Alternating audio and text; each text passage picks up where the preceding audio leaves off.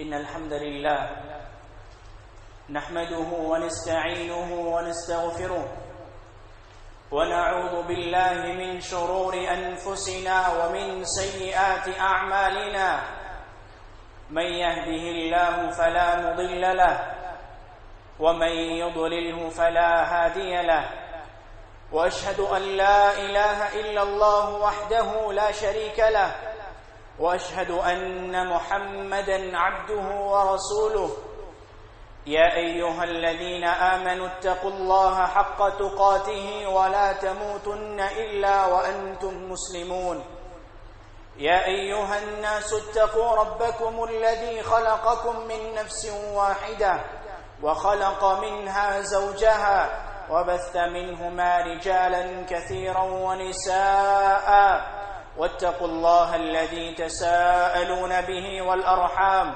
إن الله كان عليكم رقيبا يا أيها الذين آمنوا اتقوا الله وقولوا قولا سديدا يصلح لكم أعمالكم ويغفر لكم ذنوبكم ومن يطع الله ورسوله فقد فاز فوزا عظيما أما بعد فإن خير الحديث كتاب الله وخير الهدي هدي محمد صلى الله عليه وسلم وشر الأمور محدثاتها وكل محدثة بدعة وكل بدعة ضلالة وكل ضلالة في النار. قال الله تبارك وتعالى في القرآن المجيد يا أيها الذين آمنوا اذكروا الله ذكرا كثيرا وسبحوه بكرة وأصيلا. قابل قدر بزرگان محترم، ملت اسلامیہ کے نوجوانوں اور پردہ نشین خواتین اسلام، تمام قسم کی تعریف، بڑائی، بزرگی، کبریائی، حمد و ثنا اور ہر عیب سے پاکی و صفائی کے لائق اور قابل ذات صرف اور صرف اللہ سبحانہ و تعالی کی ذات ہے، جو ہم تمام مخلوقات کا تنہا خالق، تنہا مالک اور تنہا معبود برحق بھی ہیں۔ اس کے بعد درود و سلام ہو تمام انبیاء کرام علیہم الصلاۃ والسلام پر، اور خصوصاً میرے اور آپ کے نبی محمد الرسول اللہ صلی اللہ علیہ وسلم پر۔ حاضرین جمعہ، اللہ سبحانہ و تعالیٰ نے ہم تمام کو پیدا کیا ہے، اللہ تعالیٰ ہمارے خالق ہیں اور اللہ ہی نے ہم تمام کو اس دنیا میں بھیجا ہے۔ تو اللہ تعالیٰ جانتے ہیں کہ انسان کی کیا کیا ضرورتیں ہیں، انسان کو کن کن چیزوں کی ضرورت پڑے گی، اللہ سبحانہ و تعالیٰ جانتے ہیں، کیونکہ اللہ ہی نے ہم تمام کو پیدا کیا ہے۔ ایک انسان کی زندگی بہت مختلف ہے، ایک انسان ہمیشہ ہر حال میں ایک جیسا نہیں ہوتا۔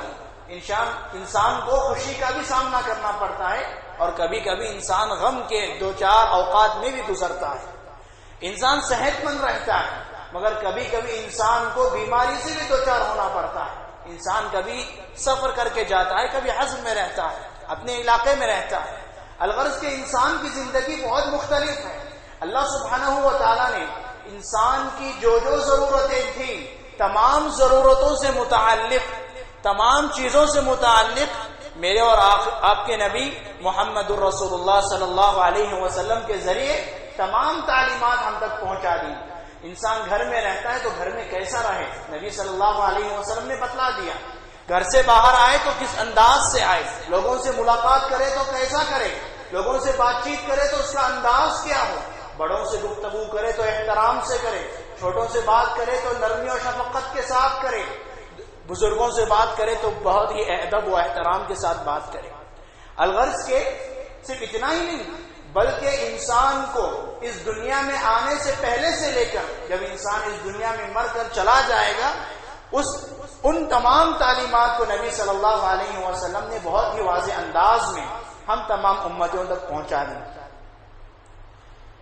اسلام نے جہاں ہماری پوری رہنمائی کی ہے، پل پل ہم ہماری زندگی کا کیسے گزاریں، ہم قدم رکھیں تو کیسے رکھیں، دوسرا قدم اٹھائیں تو کیسے اٹھائیں، مسجد میں آئیں تو کیسے آئیں، مسجد سے باہر جائیں تو کیسے جائیں، اللہ سبحانہ و تعالیٰ نے ہم انسانوں کو ان تمام چیزوں کی ہمیں ضرورت تھی تو اللہ سبحانہ و تعالیٰ نے ہمیں بتلا دیا ہے۔ اسی میں سے ایک عظیم چیز یہ بھی ہے کہ ہم بحیثیت ایک انسان اللہ سبحانہ و تعالیٰ کی عبادت کرتے ہیں. ہم اللہ سبحانہ و تعالیٰ کی عبادت مختلف انداز سے کرتے ہیں. نماز پڑھ کے اللہ تعالیٰ کی عبادت انجام ہم دیتے ہیں, روزہ رکھ کر اللہ کی عبادت ہم کرتے ہیں, صدقہ و خیرات کر کے اللہ کی ہم عبادت کرتے ہیں, اسی طرح دعا کر کے بھی ہم اللہ کی عبادت انجام دیتے ہیں. دیکھیے دنیا کا مسئلہ ایسا ہے کہ اللہ سبحانہ و تعالیٰ بعض چیزیں ہمیں یوں ہی دے دیتے ہیں. مثلا سب سے بڑی اور عظیم دولت جو اللہ نے ہمیں اسلام کی دی, ہم اکثریت ہم میں سے خاندانی مسلمان ہے الحمدللہ. اللہ سبحانہ و تعالیٰ نے یہ نعمت ہمیں یوں ہی دی. اللہ سبحانہ و تعالیٰ دنیا میں بعض چیزیں یوں ہی دیتے ہیں, مگر بعض چیزوں کو ہم مانگ کر اللہ سبحانہ و تعالیٰ سے لینا پڑتا ہے. ہمیں دعا کرنی پڑتی ہے, اللہ سے مانگنا پڑتا ہے, اللہ کے سامنے اپنے ہاتھوں کو پھیلانا پڑتا ہے, تبھی جا کر اللہ سبحانہ و تعالیٰ ہمیں جو دیتے ہیں. اور یہ اللہ کا نظام ہے. اللہ سبحانہ و تعالیٰ نے تمام انسانوں کے ساتھ ایسا ہی معاملہ رکھا ہے. بعض چیزیں اللہ یوں ہی دیتے ہیں اور بعض چیزیں ہم انسانوں کو اللہ سے دعا مانگ کے لینی پڑتی ہیں. اور جب انسان دعا کرتا ہے تو یہ صرف ایسا نہیں کہ اس کی زندگی کے مسائل حل ہو رہے ہیں. ہم دعا کرتے ہیں اللہ سے کسی چیز سے متعلق تو ہماری ضرورت پوری ہو جاتی ہے, اللہ وہ چیز ہمیں عطا کرتے ہیں. ایسا نہیں کہ صرف ہمارا مسئلہ حل ہو گیا, بلکہ ہم نے عبادت بھی انجام دی ہے. دعا ایک عبادت ہے.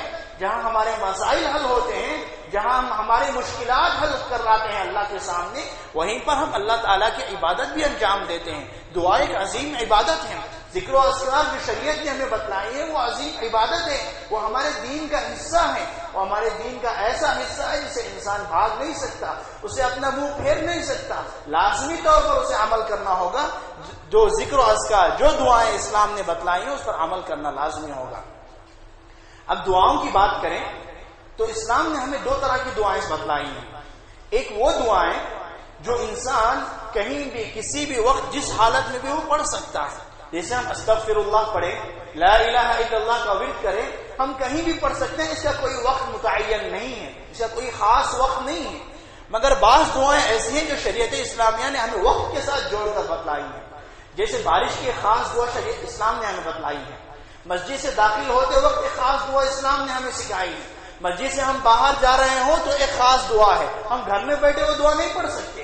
مگر جو دیگر دعائیں ہیں جیسے لا الہ الا اللہ کا ذکر ہو, استغفر اللہ پڑھنا ہو, سبحان اللہ پڑھنا ہو, ہم کہیں بھی کسی بھی حال میں پڑھ سکتے ہیں.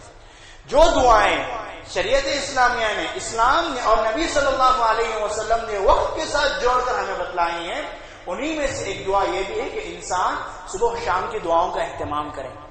ہمیں سے ہر ایک انسان کی زندگی کا روٹین ہے. ہم میں سے ہر ایک انسان صبح بھی کرتا ہے, شام بھی کرتا ہے, اور ان تمام چیزوں کی رہنمائی بھی اسلام نے ہمیں کی ہے.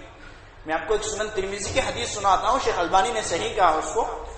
سلمان فارسی رضی اللہ عنہ ایک صحابی رسول ہیں, اللہ کے نبی کے صحابی ہیں. یہ ان کے پاس بعض مشرکین آئے, بعض غیر مسلمین آئے اور اسلام کا مذاق اڑانے لگے. اسلام کا مذاق اڑاتے ہوئے انہوں نے سلمان فارسی رضی اللہ عنہ کے سامنے کہا, یہ تمہارا کیسا دین ہے, کیسا اسلام ہے تمہارا. چھوٹی چیز بھی بتلاتی ہے, بڑی چیز بھی اس میں بتائی جاتی ہے. نہ کوئی چھوٹی چیز اس میں چھوڑی جاتی ہے, نہ کوئی بڑی چیز اس میں چھوڑی جاتی ہے. الغرض کیا, زندگی کے تمام چیزیں اس میں بتلائی گئی ہیں. کیسا دین ہے تمہارا.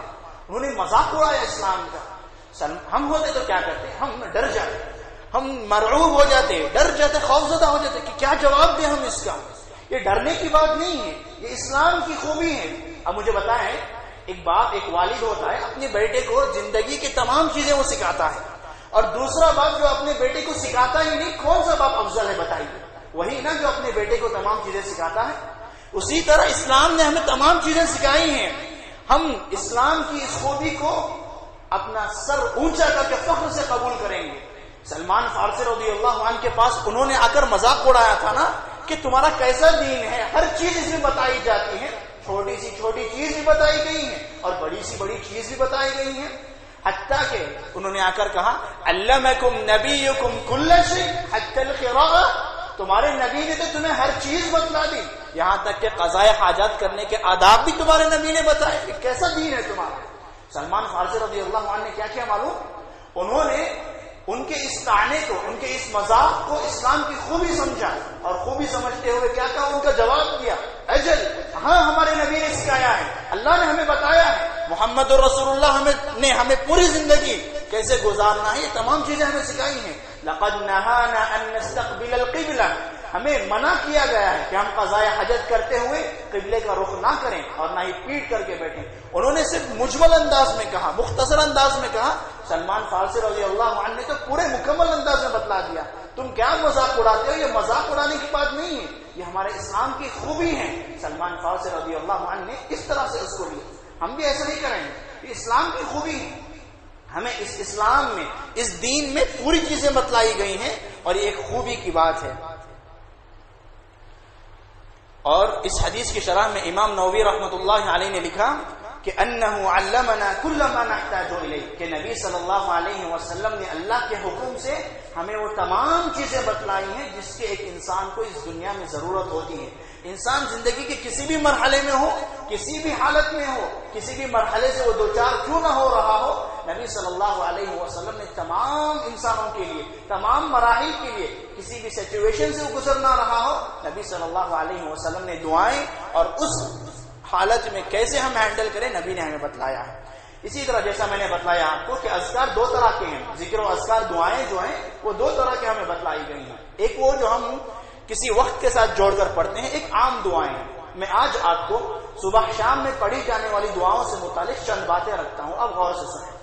اللہ کے نبی صلی اللہ علیہ وسلم نے ایک انسان کو صبح شام جو انسان کرتا ہے، ہر مسلمان، ہر انسان صبح شام کرتا ہے، تو صبح شام ایک مسلمان کی کیسی ہوں. دیکھیے کافر بھی صبح کرتا ہے، کافر بھی شام کرتا ہے، لیکن ہم مسلمان ہیں، ہمارا امتیاز الگ ہے. ہم اللہ سبحانہ و تعالیٰ پر ایمان رکھتے ہیں، تو ایک کافر کے مقابلے میں ہماری صبح الگ انداز سے ہونی چاہیے، ایک کافر کے مقابلے میں ہماری شام الگ انداز سے ہونی چاہیے. ہم دعائیں کا اہتمام کریں، دعائیں پڑھ کے اٹھیں، دعائیں پڑھ کے سوئیں، دعائیں پڑھ کے چلیں. نبی صلی اللہ علیہ وسلم نے پوری چیزیں ہمیں بتلائی ہیں. صبح شام کی دعاؤں سے متعلق اللہ سبحانہ و تعالیٰ نے قرآن مجید میں بہت سارے مقامات پر فرمایا.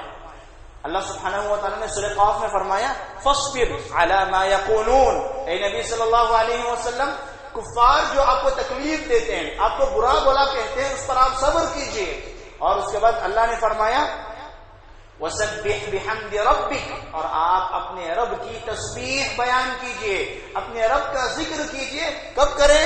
قبل طلوع الشمس وقبل الغروب، سورج کے نکلنے سے پہلے اور سورج کے غروب ہونے سے پہلے. یعنی صبح شام آپ اپنے رب کی تسبیح بیان کریں. صبح شام کا یہ مطلب نہیں کہ صبح شام ہم پڑھتے رہیں، کبھی بھی موقع ملے وہ پڑھیں، اس آیت میں وہ مطلب نہیں ہے، بلکہ ہم صبح شام کی دعاؤں کا اہتمام کریں. اللہ سبحانہ و تعالیٰ وہ اس آیت میں فرما رہے ہیں. سورۃ الروم میں اللہ نے فرمایا فسبحان اللہ حین تمسون وحین تصبحون. اللہ سبحانہ و تعالیٰ کی تسبیح صبح اور شام دونوں وقت ادا کریں، دونوں وقت اللہ کی تسبیح پڑھا کریں، ذکر و اذکار پڑھیں، دعائیں جو نبی نے بتلائی ہیں وہ تمام پڑھا کریں. اور خطبہ مسنونہ کے بعد میں نے جو آیت آپ کے سامنے پڑھی، یا ایھا الذین آمنوا اذکروا اللہ ذکرا کثیرا وسبحوہ بکرۃ واصیلا. اے ایمان والو، اللہ کا تم کثرت سے ذکر کرو. یہ دیکھیے یہ عام ذکر ہے، ہم کسی بھی وقت پڑھ سکتے ہیں. دوسری آیت میں اس کے بعد فوری اللہ نے فرمایا وَسَبِّحُوهُ بُكْرَةً وَأَصِيلًا، اور صبح شام بھی تم اللہ سبحانہ و تعالیٰ کا ذکر کرو. اس آیت کی تفسیر میں مفسرین کہتے ہیں، ابن کثیر رحمۃ اللہ علیہ وغیرہ، صبح شام کی دعائیں مراد ہیں. انسان کو صبح شام کی دعاؤں کا اہتمام کرنا چاہیے، اور ان آیات میں اللہ سبحانہ و تعالیٰ نے وہی کہا ہے. اسی طرح دیکھیے آپ سورۃ طٰہٰ میں اللہ نے کہا فاصبر علی ما یقولون وسبح بحمد ربک قبل طلوع الشمس وقبل الغروب. اس میں بھی وہی کہا جا رہا کہ سورج کے نکلنے سے پہلے اور سورج کے غروب ہونے سے پہلے آپ دعاؤں کا اہتمام کریں، صبح شام کی دعاؤں کا اہتمام کریں. ہم جانتے ہیں اللہ کے ایک نبی گزرے ہیں داؤد علیہ السلام. اللہ نے ان کو ایک عجیب طاقت نوازی دی. ان کو پہاڑ ان کے انڈر اللہ سبحانہ و تعالیٰ نے کر دیا تھا، ان کے کنٹرول میں اللہ نے پہاڑ کو کر دیا تھا. ان پہاڑوں کے بارے میں اللہ نے فرمایا اِنَّا سَخَّرْنَا الْجِبَالَ مَعَهُ يُسَبِّحْنَ بِالْعَشِيِّ وَالْإِبْكَارِ. ہم نے داؤد کے تحت پہاڑوں کو مسخر کر دیا. داؤد کے لیے ہم نے پہاڑوں کو مسخر کر دیا، اور یہ پہاڑ کیا کرتے ہیں؟ صبح شام اللہ کی تسبیح بیان کرتے ہیں. سبحان اللہ. ایک جمادات جس کو عقل نہیں ہے پہاڑ کو، وہ بھی صبح شام اللہ کی تسبیح پڑھ رہی ہیں. تو ہم انسان ہیں، یہ دنیا ہمارے لیے بنائی گئی ہے، اور اللہ کے سامنے کھڑے ہو کر ہمیں جواب دینا ہے، تو ہمیں اس کا اور زیادہ اہتمام کرنا چاہیے. اور اتنا ہی نہیں، اب تعجب کریں گے سورۃ الغافر میں مومن میں اللہ سبحانہ و تعالیٰ نے نبی صلی اللہ علیہ وسلم کو براہ راست حکم دیتے ہوئے کہا. اللہ نے نبی کو حکم دیا اور کہا کہ آپ صبح شام کی دعاؤں کا اہتمام کریں. اللہ نے فرمایا فاصبر ان وعد اللہ حق، اے اللہ کے نبی آپ صبر کیجئے، یقیناً اللہ کے وعدے سچے ہیں. واستغفر لذنبک، اپنے گناہوں کی بخشش طلب کیجئے. وسبح بحمد ربک بالعشی والابکار، اس کے بعد اللہ نے فرمایا صبح شام آپ بھی دعاؤں کا اہتمام کریں، اللہ کی تسبیح بیان کریں. دیکھیے ان تمام آیات میں صبح شام اللہ کی تسبیح کرنے سے مراد سبحان اللہ الحمدللہ کہنا مراد نہیں ہے، وہ تو بحیثیت ایک مسلمان ہمیں ہر وقت اور ہر وقت انجام دینا ہے. لیکن یہاں صبح شام کی دعائیں مراد ہیں. ایک انسان کو صبح شام کی دعائیں خصوصیت کے ساتھ خصوصی طور پر اس کا اہتمام اس انسان کو کرنا چاہیے.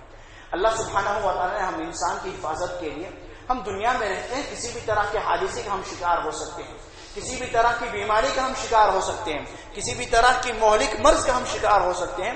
اللہ سبحانہ و تعالیٰ نے ہماری حفاظت کے لیے فرشتوں کو مقرر کیا. فرشتے ہماری حفاظت کرتے ہیں، مگر فرشتوں کی حفاظت کے لیے ضروری ہے کہ ہم ان دعاؤں کا اہتمام کریں. جب ہم ان دعاؤں کا اہتمام کرتے ہیں تبھی جا کر فرشتے ہماری حفاظت کرتے ہیں، ورنہ ایسا نہیں. ورنہ ایک مسلمان اور ایک کافر میں فرق کیا رہ جائے گا؟ دعائیں مسلمان بھی نہیں پڑھتا، کافر بھی نہیں پڑھتا، تو فرشتے اس کی بھی حفاظت کریں اور ہماری بھی حفاظت کریں؟ ایسا نہیں ہو سکتا. ایک مسلمان جب دعاؤں کا اہتمام کرتا ہے، صبح شام کی دعائیں پڑھتا ہے، فرشتے اس کی حفاظت کرتے ہیں. سورہ رعد میں اللہ نے فرمایا لَهُ مُعَقِّبَاتٌ مِّن بَيْنِ يَدَيْهِ وَمِن خَلْفِهِ يَحْفَظُونَهُ مِنْ أَمْرِ اللَّهِ. ایک انسان کے آگے اور پیچھے اللہ کے فرشتے ہوتے ہیں جو ایک انسان کو اللہ کے حکم سے، اس کے تمام شر سے، یعنی دنیا میں جتنے شر پائے جاتے ہیں، جتنے بیماریاں مصیبتیں پائی جاتی ہیں، فرشتے اللہ کے حکم سے اس انسان کو بچاتے ہیں، اس انسان کو محفوظ رکھتے ہیں. اب نبی صلی اللہ علیہ وسلم نے صبح شام کی دعائیں ہمیں بتلائی. میں آگے آپ کو بتلاؤں گا کہ کتنی فضیلت ہے صبح شام کی دعائیں پڑھنے کا. اس سے پہلے میں آپ کو بتاؤں، ہم انسان ہیں، ہم اپنی ضرورت اللہ سبحانہ و تعالیٰ کے سامنے رکھتے ہیں، دعا کرتے ہیں. یقین جانیے اگر ہم ہمارے الفاظ میں دعا کریں یہ بہتر ہے یا ان الفاظ میں دعا کریں جن الفاظ کے ساتھ نبی صلی اللہ علیہ وسلم نے ہمیں دعا سکھلائی. یقیناً نبی نے جو دعا سکھائی وہی افضل ہے نا. ہم دعا کریں، یقیناً اس میں کوتاہی رہ سکتی ہیں، لیکن نبی نے جن الفاظ کے ساتھ، جن جملوں کے ساتھ ہمیں دعائیں سکھلائی ہیں، ان الفاظ کے ساتھ دعا پڑھنے کی وجہ سے یقیناً ہماری دعائیں انشاءاللہ قبول کی جائیں گی. اور علماء کرام رحمۃ اللہ علیہم اجمعین نے لوگوں کو ابھارا ہے کہ جو دعائیں نبی نے بتلائی ہیں ان دعاؤں کا خصوصیت کے ساتھ اہتمام کریں. انسان اپنے الفاظ میں دعا کرنے کی بجائے اس سے کہیں گنا زیادہ ان دعاؤں کا اہتمام کریں جو دعائیں نبی صلی اللہ علیہ وسلم نے ہمیں بتلائی ہیں. شیخ الاسلام ابن تیمیہ رحمۃ اللہ علیہ مجموع الفتاوی میں لکھتے ہیں وَيَنبَغِي لِلْخَلْقِ أَن يَدْعُوَ بِالْأَدْعِيَّةِ الشَّرْعِيَّةِ الَّتِي جَاءَ بِهَا الْكِتَابُ وَالسُّنَّةُ. ایک انسان، ایک مسلمان کے لیے ضروری ہے کہ وہ ان دعاؤں کو اہتمام کریں جو دعائیں نبی صلی اللہ علیہ وسلم نے احادیث میں اور اللہ سبحانہ و تعالیٰ نے قرآن مجید میں بتلائی ہیں، کیونکہ یہی انسان کی اصل کامیابی کا راز ہے اور اسی کے ذریعے انسان اپنی کامیابی کی طرف آگے بڑھ کر جا سکتا ہے. اس کے بعد انہوں نے فرمایا فَإِنَّ ذَلِكَ لَا رَيْبَ فِي فَضْلِهِ وَحُسْنِهِ. اس لیے کہ نبی نے جو دعائیں بتلائی ہیں، جن الفاظ کے ساتھ بتلائی ہیں، اس میں زیادہ فضیلت ہے، اس میں حسن زیادہ ہے، ان دعاؤں میں خوبصورتی زیادہ ہے، ان دعاؤں کے ساتھ ہماری دعائیں جلدی قبول کی جائیں گی اللہ کے پاس. لہٰذا ان دعاؤں کا اہتمام کریں. ایک اور بڑے عالم دین ہیں قاضی عیاض رحمۃ اللہ علیہ، انہوں نے اپنی ایک کتاب میں لکھا، ان کی ایک کتاب ہے الفتوحات الربانیہ علی الاذکار النبویہ. انہوں نے اس کتاب میں لکھا کہ ایک انسان فلا ينبغي لأحد، کسی انسان کے لیے جائز نہیں ہے، مناسب نہیں ہے، اس کے لیے زیب نہیں دیتا کہ ان يعدل عن دعائه صلی اللہ علیہ وسلم. نبی نے جو دعائیں ہمیں سکھائی ہیں ان دعاؤں کو چھوڑ کر دوسری دعائیں مانگنے لگے، ایک انسان کے لیے زیب نہیں دیتا. اس کے بعد آگے انہوں نے لکھا جب ایک انسان نبی کی دعائیں چھوڑ کر دوسروں کی دعائیں پڑھتا ہے، اپنی بنائی ہوئی دعائیں پڑھتا ہے، تو انسان گمراہ ہو کر شرک تک جا سکتا ہے. یقیناً دیکھیے آپ معاشرے میں کتنی قسم کی دعائیں ہیں جو احادیث سے ثابت ہی نہیں ہیں، لوگوں نے اپنے الفاظ میں بنائی، اور حتیٰ کہ اس سے بڑا جرم یہ ہوا کہ لوگوں نے ان دعاؤں کو انبیاء صالحین کی طرف منسوب کر دیا. یہ کہا کہ یہ ابو بکر کی دعا ہے، یہ نوح علیہ السلام کی دعا، یہ آدم علیہ السلام کی دعا. یقیناً ان کی دعائیں قرآن میں مذکور ہیں، احادیث میں ہیں، مگر بعض لوگوں نے جو دعائیں مذکور نہیں تھی ان کو بھی ان نبیوں اور اولیاء کی طرف منسوب کر دیا. ایک حدیث میں آپ کو سناتا ہوں، سنن ترمذی کی حدیث ہے، جو انسان دعاؤں کا اہتمام کرتا ہے، صبح شام کی دعائیں ہوں یا کسی بھی طرح کی دعائیں، وہ انسان کس طرح محفوظ رہتا ہے آپ اندازہ لگائیے اور انشاءاللہ دعاؤں کا اہتمام کرنے کی کوشش کیجیے۔ سنن ترمذی کی حدیث شیخ البانی نے صحیح کہا کہ اس حدیث میں نبی نے فرمایا صلی اللہ علیہ وسلم، اللہ تعالیٰ نے یحییٰ علیہ السلام کو 5 چیزوں کا حکم دیا، 5 چیزوں کے بارے میں اللہ نے یحییٰ علیہ السلام کے اوپر وحی کی، اور جانتے ہیں ان 5 چیزوں کو وحی کرنے کے بعد اللہ نے کہا اے یحییٰ تم بھی اس پر عمل کرنا اور بنی اسرائیل کو بھی اس پر عمل کروانا، یعنی خود بھی عمل کرنا اور دوسروں کو بھی عمل کرنے کا حکم دینا۔ لہٰذا وہ 5 باتیں یحییٰ علیہ السلام نے اپنی قوم کے سامنے آ کر رکھی، اس میں سے جو 5ویں بات ہے وہ یہی ہے، یحییٰ علیہ السلام نے کہا کہ تم لوگ اللہ کا ذکر کرو، دعاؤں کا اہتمام کرو۔ کیوں؟ دعاؤں کا اہتمام کرنے کا فائدہ کیا ہوگا؟ خود انہوں نے بتلایا، حدیث صحیح ہے۔ یحییٰ علیہ السلام فرماتے ہیں جو انسان دعاؤں کا اہتمام کرتا ہے وہ محفوظ اسی طرح رہتا ہے جس طرح ایک انسان کو دشمن کی قوم بھگاتے ہوئے آ رہی ہے، وہ بھاگ کے جا رہا ہے، وہ تنہا ہے، پیچھے لشکر ہے، پوری دشمن کی فوج ہے، وہ اکیلا ہے، بھاگ کے جا رہا ہے، اور سامنے جا کر اس نے کسی مضبوط قلعے میں، مضبوط غار میں پناہ لے لی اور جا کر اندر سے دروازہ بند کر لیا۔ اب وہ محفوظ ہے، اب وہ سیف ہے، اب اسے کسی قسم کی پریشانی لائق نہیں ہوگی۔ اسی طرح ایک انسان جب دعاؤں کا اہتمام کرتا ہے وہ محفوظ رہتا ہے۔ یہ تو انسانوں کی مثال تھی نا، جب ہم دعاؤں کا اہتمام کرتے ہیں، اگر ہم دعاؤں کا اہتمام نہیں کریں گے تو شیطان ہم پر حملہ کرے گا، شیطان ہم پر غالب آ جائے گا۔ وہ تو انسان جو مثال دی گئی حدیث میں بس سمجھانے کے لیے، انسان اگر حملہ کرنے کے جائے تو انسان نظر آتا ہے، شیطان ہمیں نظر آتا ہے کیا؟ شیطان نظر نہیں آتا۔ شیطان جو ہم پر حملہ کرتا ہے وہ بھی نظر نہیں آتا، شیطان جس طرح ہمیں گمراہ کرتا ہے وہ بھی نظر نہیں آتا۔ لہٰذا دعاؤں کا اہتمام کرنے سے ہم دنیا میں محفوظ رہ سکتے ہیں، محفوظ رہ کر جنات، شیاطین اور ان تمام قسم کی مصیبتوں سے، بلاؤں سے اللہ سبحانہ و تعالیٰ کی اجازت سے ہم محفوظ رہ سکتے ہیں۔ اب میں آپ کو چند دعائیں بتلاتا ہوں جو نبی صلی اللہ علیہ وسلم نے صبح شام پڑھنے کے لیے ہمیں بتایا ہے، اور ان دعاؤں کو بتلا کر میں اس کی فضیلت بھی آپ کو بتلاتا ہوں۔ میں پورے دعائیں نہیں بتا سکتا، اس کے لیے وقت کافی ہے، میں بس چند دعائیں آپ کو بتلاتا ہوں۔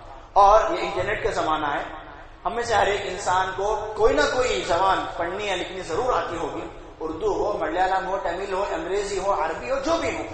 آپ انٹرنیٹ پہ جائیں اور حصن المسلم کے نام سے ایک کتاب ہوتی ہے، وہ ہر زبان میں میسر ہے الحمدللہ، اس کو ڈاؤن لوڈ کر لیں اور اپنے موبائل میں سیو رکھیں، اور تب جا کر روزانہ صبح شام ان دعاؤں کا اہتمام کریں۔ سب سے پہلی ایک دعا جو قرآن و حدیث میں ہمیں ملتی ہے، نبی صلی اللہ علیہ وسلم نے بتلایا، جس کو ہم سید الاستغفار کہتے ہیں۔ صحیح بخاری کی حدیث ہے، شداد ابن اوس رضی اللہ عنہ کہتے ہیں، حدیث کیا ہے، دعا کیا ہے وہ ہم نے بارہا سنا ہوگا کہ ایک بندہ اللہم انت ربی لا الہ الا انت خلقتنی وانا عبدک وانا علی عہدک ووعدک ما استطعت اعوذ بک من شر ما صنعت ابوء لک بنعمتک علی وابوء بذنبی فاغفر لی فانہ لا یغفر الذنوب الا انت۔ یہ دعا ہے۔ جب انسان، اب ترجمہ جا کر دیکھ لیں، میں ترجمہ نہیں کہہ سکتا کیونکہ وقت ناکافی ہوگا۔ جب انسان صبح یہ دعا پڑھتا ہے تو نبی نے فرمایا، کیا فرمایا معلوم؟ صلی اللہ علیہ وسلم، اب دیکھیں، یا تو ایک نہ ایک دن ہمیں مر کر جانا ہی ہے، یا تو ہم دن میں مریں گے یا رات میں مریں گے، اتنا ہی ہے نا، دن اور رات کے علاوہ دنیا میں کوئی دوسری چیز ہے نہیں، تیسری چیز ہے نہیں، یا تو دن میں ہمارا انتقال ہوگا یا رات میں انتقال ہوگا۔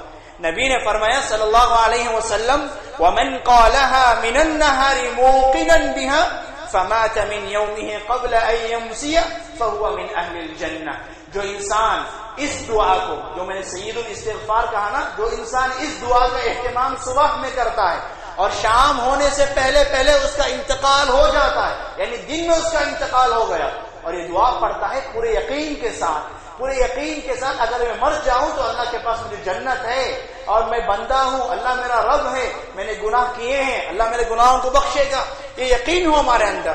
جب انسان اس یقین کے ساتھ دعا کا اہتمام کرتا ہے، اس دعا کا، تو نبی نے فرمایا جس نے صبح کو یہ دعا پڑھی اور شام ہونے سے پہلے پہلے مر گیا، سیدھے جنت جائے گا انشاءاللہ۔ سبحان اللہ، کہ ہمیں جنت جانا نہیں، جنت ہی کے لیے تو ہم دنیا میں بھاگ دوڑ کر رہے ہیں، دنیا میں محنت کر رہے ہیں۔ اللہ کے نبی صلی اللہ علیہ وسلم نے آسان طریقہ بتلایا، اس دعا کا اہتمام کریں۔ نبی صلی اللہ علیہ وسلم اس کے برعکس فرماتے ہیں کہ جو انسان اس دعا کو شام میں پڑھتا ہے ومن قالها من الليل وهو موقن بها، جو انسان رات میں اس دعا کا اہتمام کرتا ہے اور پورے یقین کے ساتھ اس دعا کو پڑھتا ہے، فمات قبل ان يصبح، اور صبح ہونے سے پہلے پہلے اس کا انتقال ہو جائے تو سیدھا جنت میں جائے گا انشاءاللہ۔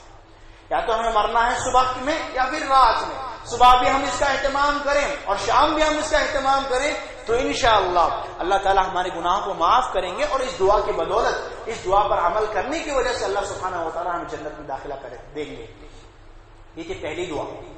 دوسری دعا، دیکھیے میں جو دعائیں آپ کو بتلاتا ہوں اس میں جو فضیلت، جو اہمیت ہے، یا تو وہ ہماری دنیا سے متعلق ہوگی یا آخرت سے متعلق، یا دنیا و آخرت دونوں سے متعلق ہوگی۔ اس دعا کا اہتمام کرنے سے دنیا میں فائدہ ہوگا یا آخرت میں، یا دنیا و آخرت دونوں میں ہوگا۔ دعاؤں کا اہتمام کرنے سے دونوں میں فائدہ ہوتا ہے، مگر جو ہمیں احادیث میں بتایا گیا ہے وہ میں آپ کو بتلاتا ہوں۔ دوسری جو دعا ہے وہ آیت الکرسی ہے۔ میں سمجھتا ہوں اس مجلس میں بیٹھے ہوئے ہم میں سے ہر ایک انسان کو آیت الکرسی یاد ہوگی انشاءاللہ۔ اللہ لا الہ الا هو الحی القیوم لا تأخذه سنة ولا نوم، آخر تک ہم تمام کو یاد ہوگی انشاءاللہ۔ اللہ کے نبی صلی اللہ علیہ وسلم نے اس کی حدیث، اس آیت الکرسی کی فضیلت بھی بتلائی ہے۔ اصل واقعہ کیا ہے، یہ صحیح اور ترغیب و ترہیب کی حدیث ہے، صحیح حدیث ہے۔ ابی بن کعب رضی اللہ عنہ ایک ذمہ دار رہتے ہیں، وہ ان کے پاس کچھ کھانے کی چیزیں یا کچھ سامان رہتا ہے، وہ دیکھتے ہیں کہ رات میں کوئی چوری کر کے لے کر چلا گیا، دوسرے دن دیکھے دوسرے دن بھی اس میں سے چوری ہو گئی، اسی طرح چوری ہوتی جا رہی تھی، ان کو سمجھ نہیں آیا کہ کون چوری کر رہا ہے۔ ایک دن انہوں نے جاسوسی کی، چھپ کر دیکھا کہ کون چوری کر رہا ہے، آخر میں دیکھوں۔ انہوں نے چھپ کر دیکھا تو وہ کہتے ہیں ایک عجیب چیز آئی چوری کرنے کے لیے، وہ کہتے ہیں حدیث کے الفاظ ہیں فَإِذَا هُوَ بِدَابَّةٍ شِبْهَ الْغُلَامِ، یعنی ایک جانور ہے، انسان کی طرح ہے، انسان نما جانور ہے، ایک جانور ہے وہ لیکن انسانوں کی طرح لگ رہا ہے۔ میں سمجھ نہیں پایا کون ہے، وہ آ کر چوری کر کے لے کے جا رہا ہے۔ میں آیا اس کے پاس اور فوری اس کو پکڑ لیا، سلام کیا اس کو، اس نے میرے سلام کا جواب دیا۔ مجھے سمجھ نہیں آیا یہ انسان ہے یا کون سی مخلوق ہے۔ میں نے اسے پوچھا تو انسان ہے یا تو جن ہے؟ اس نے کہا کہ میں جن ہوں۔ کہا کیوں چوری کر کے لے جا رہا ہے؟ اس نے سارا واقعہ سنایا۔ آخر میں ابی بن کعب رضی اللہ عنہ نے معلوم اسی جن سے پوچھا کہ تم چوری کر کے جا رہے ہو، اب میں تمہاری اس چوری سے بچنے کے لیے کیا کروں؟ فما ينجينا منكم، تمہاری اس چوری سے بچنے کے لیے میں کن چیزوں کا اہتمام کروں، کیا کروں میں؟ جانتے ہیں شیطان نے کیا کہا؟ شیطان نے کہا، اس جن نے کہا هذه الآية التي في سورة البقرة، سورۃ البقرہ میں ایک آیت ہے جس کو اللہ لا الہ الا هو الحی القیوم کہا جاتا ہے، آیت الکرسی کہا جاتا ہے۔ من قالها حين يمسي، جو انسان شام میں رات میں اس دعا کا اہتمام کرے، اجیر منا حتى يصبح، تو صبح تک ہم تمام جنوں سے محفوظ رہتا ہے۔ اور جو انسان صبح کو اس کا اہتمام کرے، اجیر منا حتى يمسي، تو شام ہونے تک وہ انسان تمام جنوں سے محفوظ رہتا ہے۔ ہمیں سے کئی گھرانوں کی شکایت بھی ہوتی ہے کہ جن کا اثر ہو گیا، شیاطین کا اثر ہو گیا۔ آیت الکرسی کا اہتمام کریں، انشاءاللہ یہ تمام چیزیں دور ہو جائیں گی۔ نبی صلی اللہ علیہ وسلم کی احادیث پر عمل کریں، اور یاد رکھیں آیت الکرسی پڑھنا ہو یا پھر جو اس سے پہلے سید الاستغفار دعا میں نے بتلائی ہوں، یا آگے جو میں آپ کو دعائیں بتلاؤں گا، یہ سب اسی وقت ثابت ہوں گی اور اسی وقت ہمارے حق میں مفید ہوں گی جب ہم پورے یقین کے ساتھ پڑھیں گے۔ ہم بس یوں ہی پڑھ لیتے ہیں، اس پر عمل ہوگا یا نہیں ہوگا دیکھیں گے، ہمارے حق میں یہ مفید ہوں گے یا نہیں ہوں گے دیکھیں گے۔ اگر آپ اس لیے سے پڑھیں گے تو آپ کے حق میں یہ ثابت نہیں ہوں گے۔ یقین سے پڑھیں کہ نبی نے فرمایا تو یہ چیز ضرور ہوگی۔ اگر ہم آیت الکرسی صبح میں پڑھیں گے تو شام تک ضرور ہم جنات سے بچائے جائیں گے، شیطان سے بچائے جائیں گے۔ نبی نے فرمایا تو پورے یقین کے ساتھ پڑھیں، انشاءاللہ اللہ سبحانہ و تعالی ہماری حفاظت کریں گے۔ ایک تیسری دعا جو میں آپ کو بتلاتا ہوں، یہ صحیح مسلم کی روایت ہے۔ نبی صلی اللہ علیہ وسلم کی ازواج مطہرات میں سے ایک بیوی ہیں جویریہ رضی اللہ عنہ، ہم سب کی ماں ام المؤمنین جویریہ رضی اللہ عنہ۔ نبی صلی اللہ علیہ وسلم فجر کی نماز پڑھے، اپنے گھر سے کسی کام سے باہر گئے، دیکھا جویریہ رضی اللہ عنہ مصلی پر بیٹھے، جائے نماز پر بیٹھے، ذکر و اذکار میں مشغول ہیں۔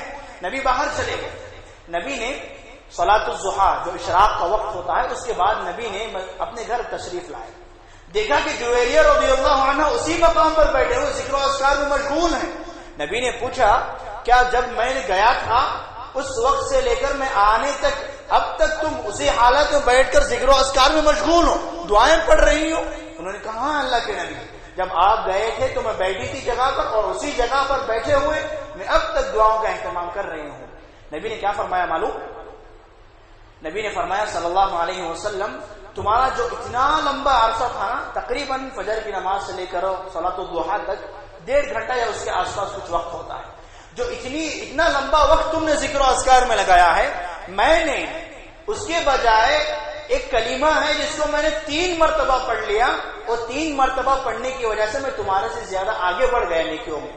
نبی نے فرمایا جو انسان سبحان اللہ و بحمدہ عدد خلقہ ورضا نفسہ وزنۃ عرشہ ومداد کلماتہ، اس دعا کا اہتمام کرتا ہے، تو 3 مرتبہ صبح میں اس دعا کا اہتمام کرتا ہے، تو گویا کہ کئی گھنٹوں تک ذکر و اذکار کرنے سے بہتر اور اس سے زیادہ ثواب اس کو دیا جائے گا جو انسان اس دعا کا اہتمام کرتا ہے۔ اب میں آپ کو آخر 2 دعائیں بتلا کر اپنی بات ختم کرتا ہوں۔ اور دیکھیے، ہم انسان ہیں، ہم کو ہر طرح کا خوف اور ڈر لاحق ہوتا ہے کہ ہم کہیں بھی کسی بھی وقت کسی بھی حادثے کا، مشکل کا شکار ہو سکتے ہیں۔ اس کے لیے بھی نبی صلی اللہ علیہ وسلم نے دعائیں سکھائی ہیں۔ ایک دعا ہے، صحیح مسلم کی روایت ہے، نبی صلی اللہ علیہ وسلم نے دعا سکھائی، اعوذ بکلمات اللہ التامات من شر ما خلق، کہ اللہ میں تیری پناہ مانگتا ہوں تمام مخلوقات کے شر سے، یعنی دنیا میں انسان ہو، جن ہو، کوئی اور جانور ہو، بچھو ہو، سانپ ہو، تمام مخلوقات کے شر سے اے اللہ میں پناہ مانگتا ہوں۔ 3 مرتبہ اس دعا کو پڑھنا ہے۔ اب اس دعا کو پڑھنے کا فائدہ کیا ہوگا؟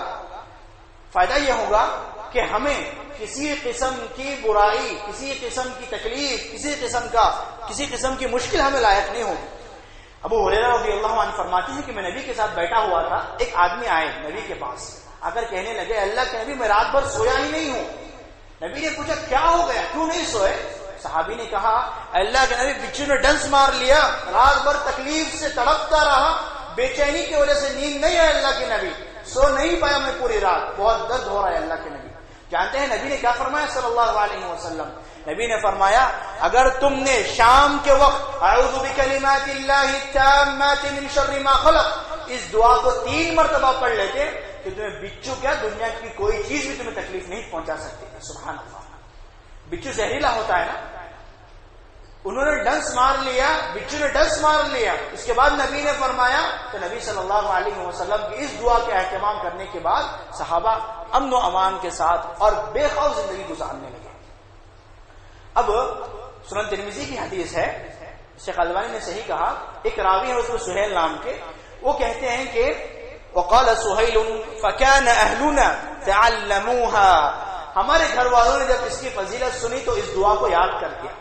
اب دعا کو یاد کر لینے کے بعد ہم روزانہ اس کا اہتمام کرتے ہیں، میں بھی اس کا اہتمام کرتا، میرے گھر والے بھی اس کا اہتمام کرتے۔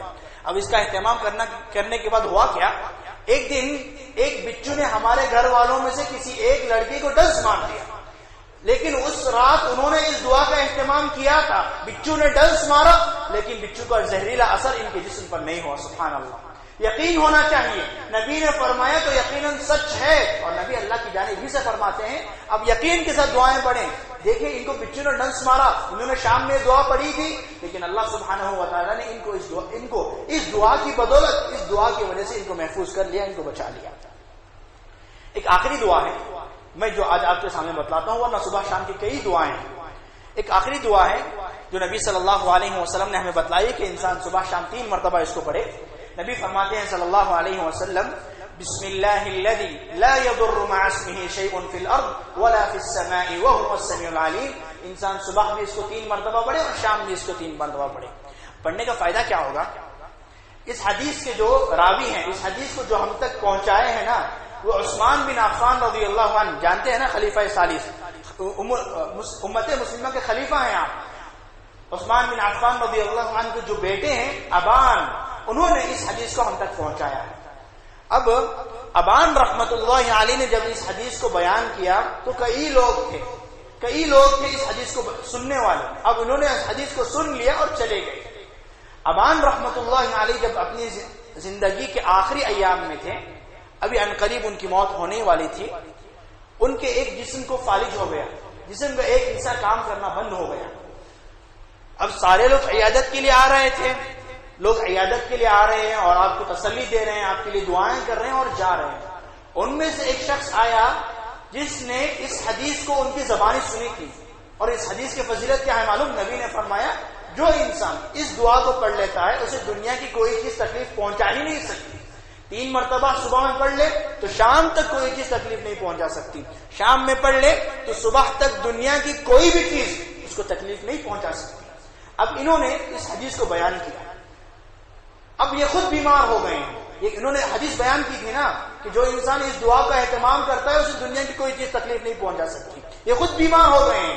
لوگ عیادت کے لیے آئے تو شخص بھی آیا جس نے اس حدیث کو سنا تھا اور آ کر ان کو عجیب طرح سے دیکھنے لگا. وہ دیکھ اس لیے رہا تھا کہ آپ ہی نے حدیث سنائی, آپ ہی نے حدیث کی فضیلت بھی بتلائی اور خود بیمار بھی آپ ہی پڑ گئے. یعنی سمجھنے کے لیے میں آپ کو بتاؤں, میں آج آپ کے سامنے یہ خطبہ دوں کہ انسان ایک مسلمان کو چاہیے کہ وہ داڑھی کا اہتمام کریں, اپنے پائجامہ کو ٹخنے سے اوپر رکھیں, اور میں خود داڑھی نہ چھوڑ کر خود پائجامے کو ٹخنے سے نیچے رکھوں تو آپ لوگ انہیں کس طرح سے دیکھیں گے؟ اسی طرح کا حدیث انہوں نے بتلائی, فضیلت انہوں نے بتلائی اور خود بیمار بھی یہی ہو گئے ہیں.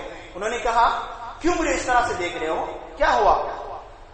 تو دیکھتے ہیں تم نے حدیث بتلائی نا, اور حدیث کا اثر تمہاری زندگی میں ہوا نہیں اور آج تم بیمار ہو گئے.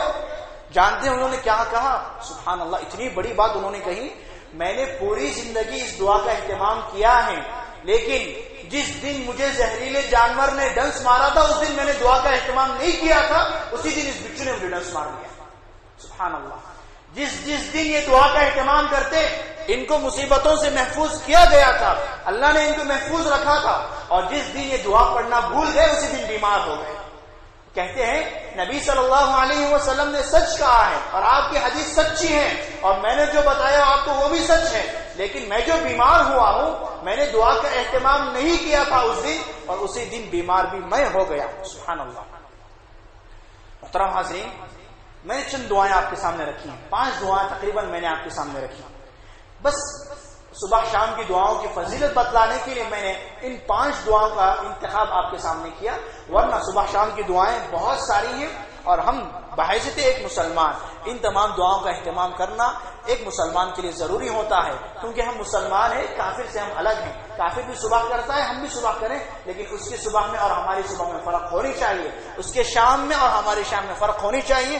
ہم اللہ پر یقین رکھتے ہیں, قیامت کے دن پر ہم یقین رکھتے ہیں, نبی نے جو جو ہمیں بتلایا اس پر ہم یقین رکھتے ہیں. تو اس یقین کے ساتھ نبی نے جو جو دعائیں بتلائی ہیں اس کا اہتمام کریں. یقینا اللہ سبحانہ و تعالی ہمیں دنیا کہ تمام شر سے, تمام مصیبتوں سے, تمام بلاؤں سے اللہ سبحانہ و تعالی ہم تمام کی حفاظت کریں گے. آخر میں اللہ تعالیٰ سے میں دعا کرتا ہوں کہ اللہ تعالیٰ مجھے آپ تمام کو اور خواتین کو صبح شام کی دعاؤں کا اہتمام کرتے ہوئے, اور اسلام نے جس جس مقام پر جو دعا پڑھنے کا حکم دیا ان دعاؤں کا اہتمام کرنے کی اللہ ہمیں توفیق دے. آمین. وآخر دعوانا ان الحمد للہ رب العالمین.